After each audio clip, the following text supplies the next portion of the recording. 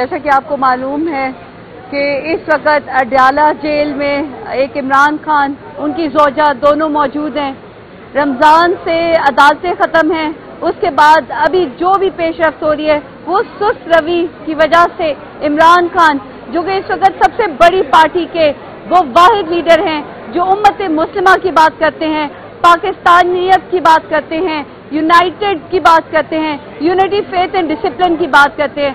آج جو یہاں پر بھی ریزرو کیسز چل رہے ہیں وہ بھی ایک حصہ ہے، لیکن سب سے پہلے اس وقت پاکستان تحریک انصاف کے ہر کارکن کو، ہر لیڈر کو اور ہر انسان کو، ہر اوورسیز پاکستانی کو دیکھنا چاہیے کہ تقریباً 2 سال ہونے کو ہیں عمران خان جیل میں ہیں۔ عدالتیں جو ہے وہ جس طریقے سے پچھلے سال چل رہی تھی، نہ وہ رمضان دیکھ رہے تھے، نہ وہ چھوٹی عید، نہ وہ بڑی عید، نہ سردی نہ گرمی، لیکن اس وقت پچھلے 2-2.5 مہینے سے خاموشی ہے، مکمل خاموشی۔ اس خاموشی کو عوام ہی توڑ سکتی ہے، اس خاموشی کو قومی اسمبلی اور صوبائی اسمبلی میں بیٹھنے والے قائدین توڑ سکتے ہیں۔ مجھے ایک ہی لفظ سننا ہے، عمران خان کی فوری رہائی۔ مجھے اس پاکستان کی اعلیٰ جو لوگ بیٹھے ہیں، چاہے وہ تمام اس وقت فوجی قیادت ہے، چاہے وہ تمام ادارے ہیں، چاہے وہ اس وقت قومی اسمبلی ہے، چاہے وہ صوبائی اسمبلی ہے، عمران خان کی فوری رہائی جو ہے وہ ضروری ہے۔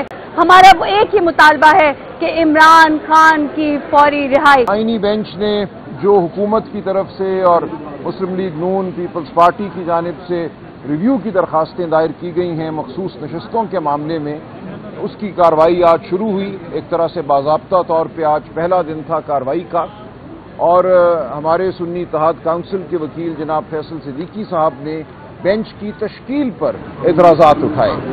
ان کی جو اعتراضات والی درخواست تھی اس پہ آج کارروائی ہوئی ہے تقریباً 1.5 گھنٹہ، اور میں واضح کر دوں کہ وہ اعتراضات ہیں کیا، اور یہ اہم بات ہے۔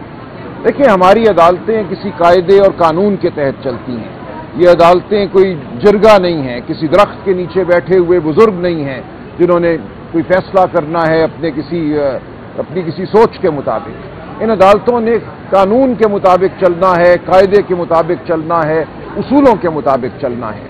تو ایک اصول جو ریویو کے حوالے سے مسلم ہے، صدیوں سے مسلم ہے پوری دنیا میں، وہ یہ ہے کہ ریویو کا معاملہ جو ہے کم از کم اتنے نمبروں پر مشتمل بینچ سنے گا جس نے پہلے فیصلہ کیا تھا، جتنے نمبر نے۔ اگر پہلا بینچ 13 ممبران پر مشتمل تھا تو ریویو کا بینچ بھی کم از کم 13 ممبران پر مشتمل ہوگا۔ اب ہوا یوں کہ جب اس معاملے کی پہلی سنوائی ہوئی، اس دن جسٹس عائشہ ملک اور جسٹس عقیل عباسی صاحب نے یہ فیصلہ دیا کہ یہ ایسا معاملہ ہے جس میں سرے سے ریویو بنتا ہی نہیں ہے۔ جو فیصلہ 12 جولائی 2024 کا ہے وہ مفصل فیصلہ ہے، اس فیصلے کے بعد کوئی گنجائش نہیں ہے کہ ریویو کیا جائے، لہذا انہوں نے نوٹس بھی جاری کرنے سے انکار کر دیا۔ اس کے بعد یہ کیا گیا کہ بینچ کی تشکیل 9 ہوئی اور 13 ممبر بینچ کو 11 ممبر بینچ میں تبدیل کر دیا گیا۔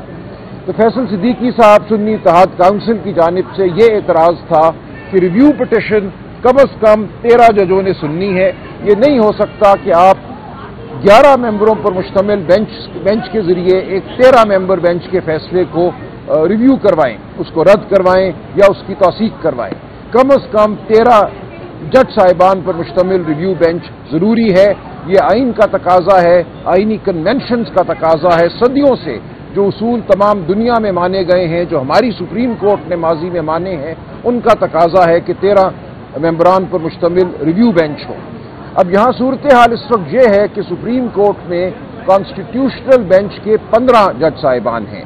یہ معاملہ چونکہ کانسٹیٹیوشنل بینچ یا آئینی بینچ نے سننا ہے، تو اس معاملے کے لیے اگر 13 جج مقرر کیے جانے ہیں تو وہ انہی 15 میں سے ہوں گے یا 2 نئے جج مقرر کیے جائیں۔ اب ان 15 جج صاحبان کی صورتحال یہ ہے کہ 2 جج صاحبان وہ ہیں جنہوں نے پشاور ہائی کورٹ میں فیصلہ کیا تھا۔ اسی فیصلے کے خلاف اپیل آئی تھی سپریم کورٹ میں، جس اپیل میں 12 جولائی 2024 کو ہمارے حق میں فیصلہ ہوا۔ اب 15 میں سے اگر وہ 2 جج صاحبان نکال دیے جائیں تو باقی 13 جج رہ جاتے ہیں۔ ان 13 میں سے جسٹس عائشہ ملک اور جسٹس عقیل عباسی صاحب کو بینچ سے علیحدہ کر دیا گیا ہے۔ لہٰذا یہ 11 ممبر بینچ رہ گیا ہے۔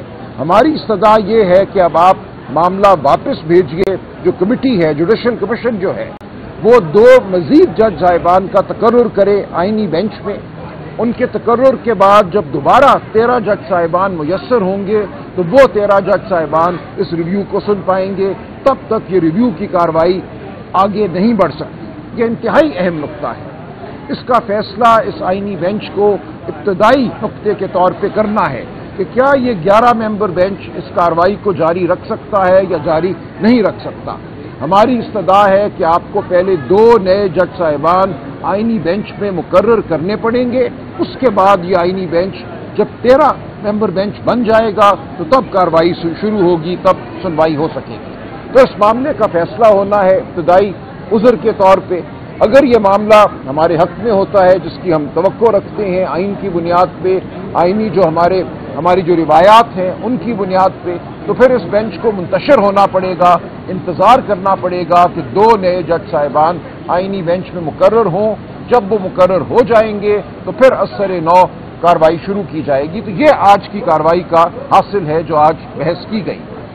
آج کی بحث اہم اس لیے ہے کہ دیکھیں، ہم جانتے ہیں حکومت اور طاقتور طبقے کیا چاہتے ہیں۔ وہ یہ چاہتے ہیں کہ جو فیصلہ ہوا 12 جولائی 2024 کو 8-5 کی اکثریت سے، اس فیصلے کو رد کیا جائے۔ وہ فیصلہ کیا تھا؟ وہ فیصلہ یہ تھا کہ پاکستان تحریک انصاف پاکستان کی سب سے بڑی سیاسی جماعت ہے۔ پاکستان تحریک انصاف کو 8 فروری 2024 کے الیکشن سے بطور جماعت غیر آئینی، غیر قانونی طور پہ باہر رکھا گیا۔ الیکشن کمیشن نے غیر آئینی فیصلے کیے۔ ان فیصلوں کی بنیاد پہ یہ قرار دیا گیا کہ پی ٹی آئی کے حمایت یافتہ امیدوار آزاد امیدوار تصور ہوں گے، اور ان کو آزاد امیدوار تصور کر کے الیکشن کمیشن نے مخصوص نشستیں پی ٹی آئی کو دینے سے انکار کیا۔ اور اس کا نتیجہ یہ ہوا خیبر پختونخوا اسمبلی میں وہ جماعت جس کے پاس 3 یا 4 صوبائی نشستیں ہیں جیتی ہوئی، اس کو 10-12 مخصوص نشستیں جو ہیں وہ دے دی گئی۔ تو یہ ایک مکمل طور پہ غیر نمائندہ پارلیمان، غیر نمائندہ صوبائی اسمبلی کا وجود جو ہے وہ حاصل کرنے کی کوشش کی گئی۔ ہمارا عذر ہی یہ ہے کہ مخصوص نشستیں کوئی دین کی نشستیں نہیں ہیں، ان کا تعلق پاکستان کے عوام کے حقوق سے ہے۔ پاکستان کے عوام نے اگر پی ٹی آئی کو ووٹ دیا، جس کو 12 جولائی 2024 کی ججمنٹ میں مانا گیا کہ پہلے بیٹ کا سمبل چھیننا اور اس کے بعد اس بیٹ کے سمبل کو چھیننے کے نتیجے میں پی ٹی آئی کو الیکشن سے باہر کرنا اور یہ کہنا کہ پی ٹی آئی کے حمایت یافتہ امیدوار آزاد امیدوار ہیں، یہ سب ایک غیر آئینی عمل تھا۔ 8 جج صاحبان نے 12 جولائی 2024 کو باشگاف الفاظ میں کہا کہ پاکستان کے عوام کا حق چھینا گیا ہے، جمہوریت پر حملہ کیا گیا ہے۔ جمہوریت کا تقاضا ہے کہ پی ٹی آئی کو تسلیم کیا جائے پارلیمانی جماعت کے طور پر، اور جب ہم پی ٹی آئی کو تسلیم کرتے ہیں بطور آئینی جماعت، اس کی 90 نشستیں بنتی ہیں یا 80 نشستیں بنتی ہیں، تو ان 80 نشستوں کے تناسب سے اس کو خواتین اور غیر مسلموں کی جو مخصوص نشستیں ہیں وہ دی جائیں گی۔ اگر ایسا ہوتا ہے تو پی ٹی آئی اب بھی اور اس کے بعد بھی پارلیمان کی سب سے بڑی جماعت بن کے ابھرتی ہے، اور جو ان کی خواہش ہے کہ 27ویں ترمیم بھی کریں، 28ویں ترمیم بھی کریں، آئین کی روح پر مزید حملے کریں، وہ خواہش جو ہے تکمیل کرنا بہت مشکل ہو جائے گی۔ ان کو ایک بار پھر اغوا کاری کا سہارا لینا پڑے گا، لوگوں کی ماں بہنوں بیٹیوں کو اٹھانا پڑے گا۔ تو ان کی خواہش یہ ہے کہ ایک بار تو یہ کر لیا انہوں نے 26ویں آئینی ترمیم کے وقت، اب یہ چاہتے ہیں کہ ہم سے مخصوص نشستیں لے کر ایک مصنوعی 2/3 اکثریت پیدا کریں پارلیمان میں، اور اس مصنوعی 2/3 اکثریت کے ذریعے 27ویں اور 28ویں ترمیم کریں، جس سے آئین میں جو بچا کچا میں کہوں گا انصاف کا عنصر ہے، شرافت کا عنصر ہے، اصولوں کا عنصر ہے، اس کو بھی